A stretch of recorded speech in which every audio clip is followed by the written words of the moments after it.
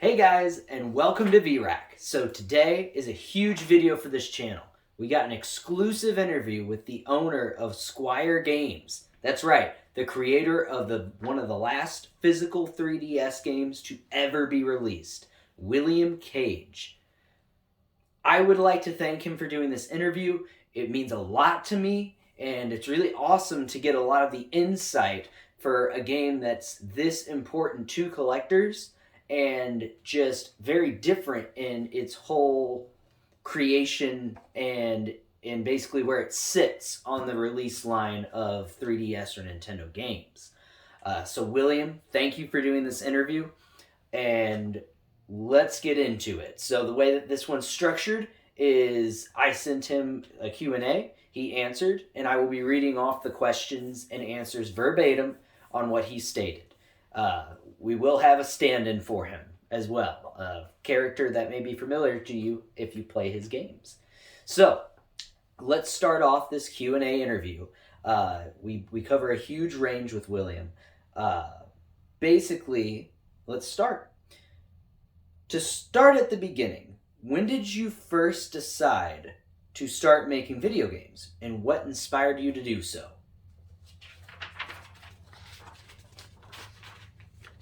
I grew up on SNES and always dreamed of making games in that style. It's the perfect level of detail, just enough so that you can tell what's going on, while still leaving plenty to the imagination. My day job was in tech for many years, but never game dev. Making games, or game making, was reserved for nights and weekends until last year. Okay, William, what were some of the first games that you made? Are there any early prototypes that you would like to revisit someday? The first game I made, with a proper beginning, middle, and end, was my 2017 prequel to Final Fantasy VI called Worth a Fortune. I definitely want to revisit that content and produce more. Now, being an indie developer studio comes with a lot of work. What made you decide to start your own company? The short answer is, I'm sick of money, sick of greed. It prevents cool ideas, which some studios might deem too risky. Then those cool ideas never get made. You could do a Kickstarter, but that's just a different flavor of the same problem, where money interferes. That's why I started my own video game studio. And that's why it's strictly nonprofit. Well, William, publishing a physical and digital 3DS game in 2022 is not a move that most game companies would do. What made you choose the 3DS as the home for Fragrant Story? I started this process with Nintendo before COVID. Back then, 3DS was open, but Switch was invite only. I do love the 3DS though. It's really close to SNES resolution, so it was a great fit for my content. Plus, I find the 3DS more comfortable to hold than the Switch. Which I would like to add, I also do find the 3DS a lot more comfortable to hold than the Switch, William. The only issue for me is the screen size, because I'm a little poor at sight. But I love the 3DS, and I can't wait to play Fragrant Story once it comes in. I did order it. All right, now let's move on to the next question, William. Self-publishing a 3DS game in 2022 is an amazing idea to really hone in on the game collecting market. But doing so must have had some road bumps being so late in the console's life. Did you have any road bumps in publishing the game that were particularly difficult? The entire process was wild. Nintendo had already shifted resources away from the 3DS. Many of the steps I had to complete are typically performed by a whole publishing company or team of experts. I knew nothing. I went in blind and did it alone. I've spent far more hours doing the publishing slog than the entire time spent creating the game itself. But I learned a lot. Here's hoping to get more efficient at it going forward.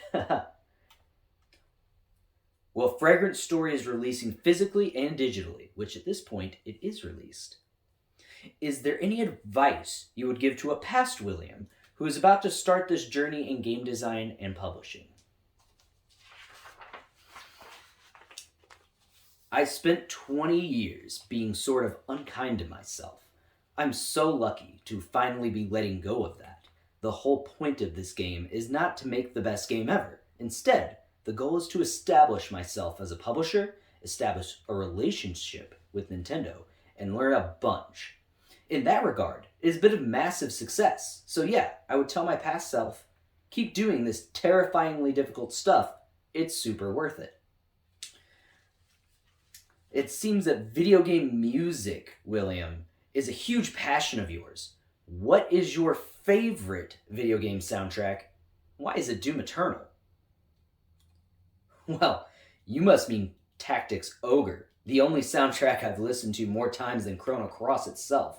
But hey, if you're going to refer to Tactics Ogre by some random other name, you could do a lot worse than the likes of Doom Eternal. It has some nice jams for sure. You have two upcoming games, William.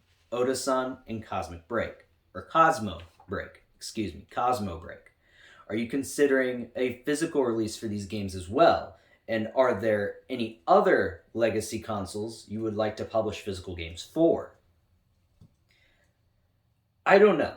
The thing with physical is that it introduces astronomical costs relative to my tiny operation.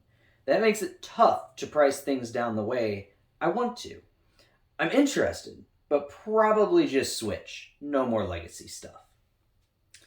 Well, William, how do you organize and plan your projects?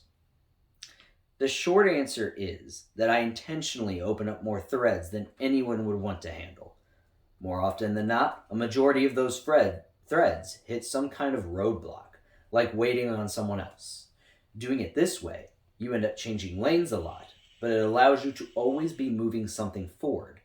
It's a lot of work, but feels more effective on average.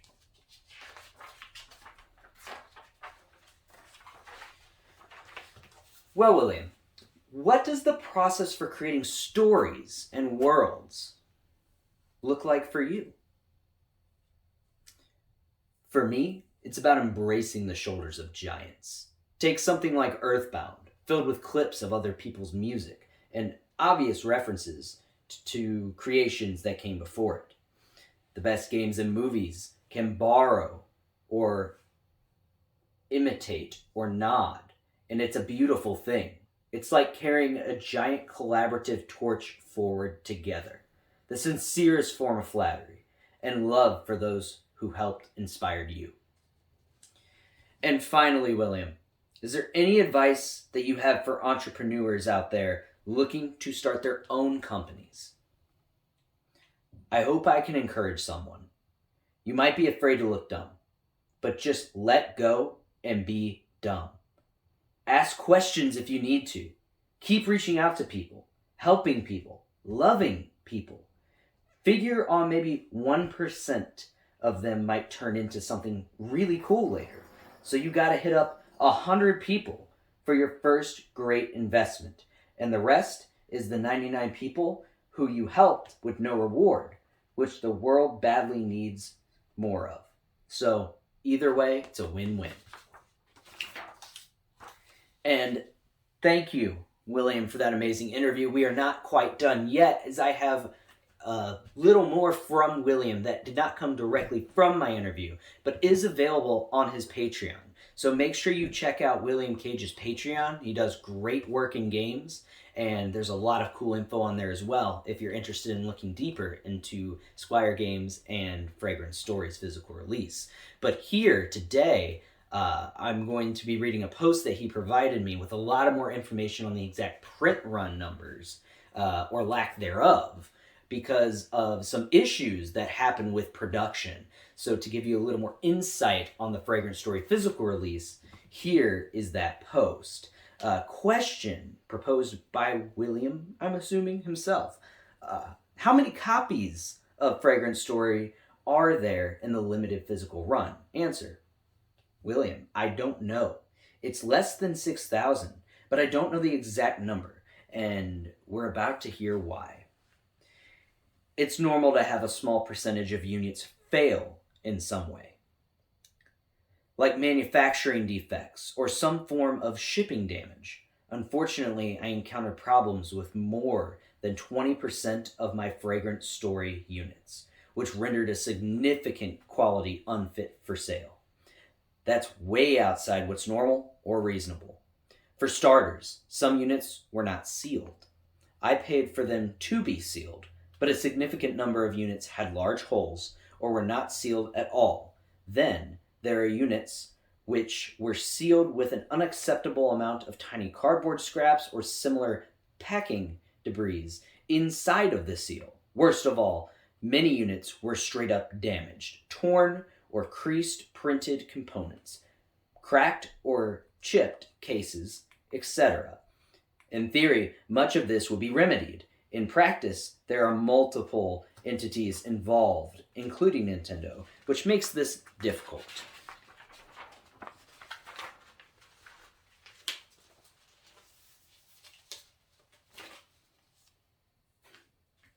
And time-consuming to fix. So I have not publicly stated how many units are in my physical run, because I don't know. But to all the collectors out there, if you were hoping it's a small run, rest assured that that may in fact be the smallest 3DS run ever produced.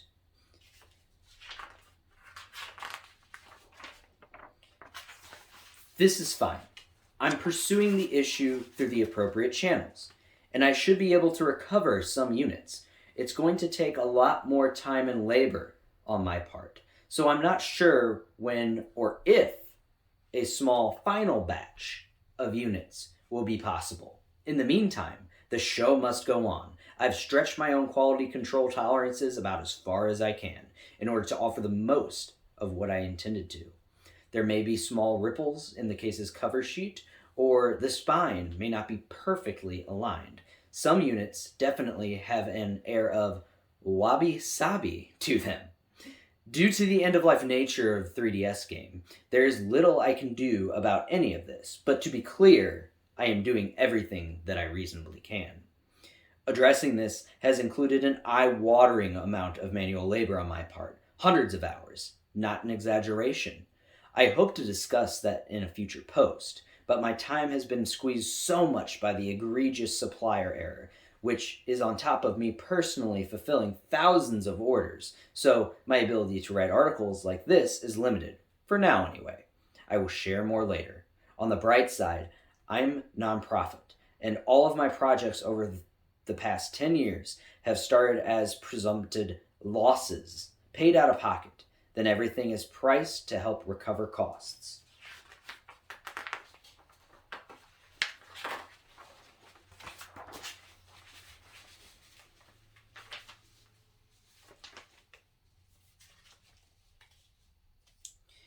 And is offset via donations or reimbursements via revenue.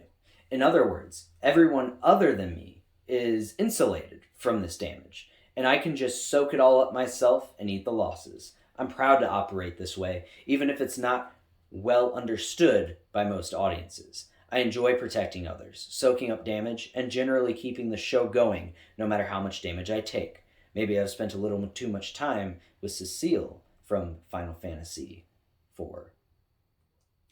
William, thank you so much for doing this interview. It means a lot to me as a small YouTuber to get an exclusive interview, especially as my first interview. And I really hope you enjoy this. I hope you enjoy the content. To all of my watchers, I hope you are enjoying this as well, to get a little bit of an inside scoop on how one of the last 3DS games physically produced was made. Thank you. Make sure you subscribe, like, and comment down below if you've got a copy of Fragrant Story ordered, and tell me how much you enjoy it, and also tell me what the rarest 3DS game in your collection is, which if you have Fragrant Story, it is probably that. Thank you, and have a great night. Take care.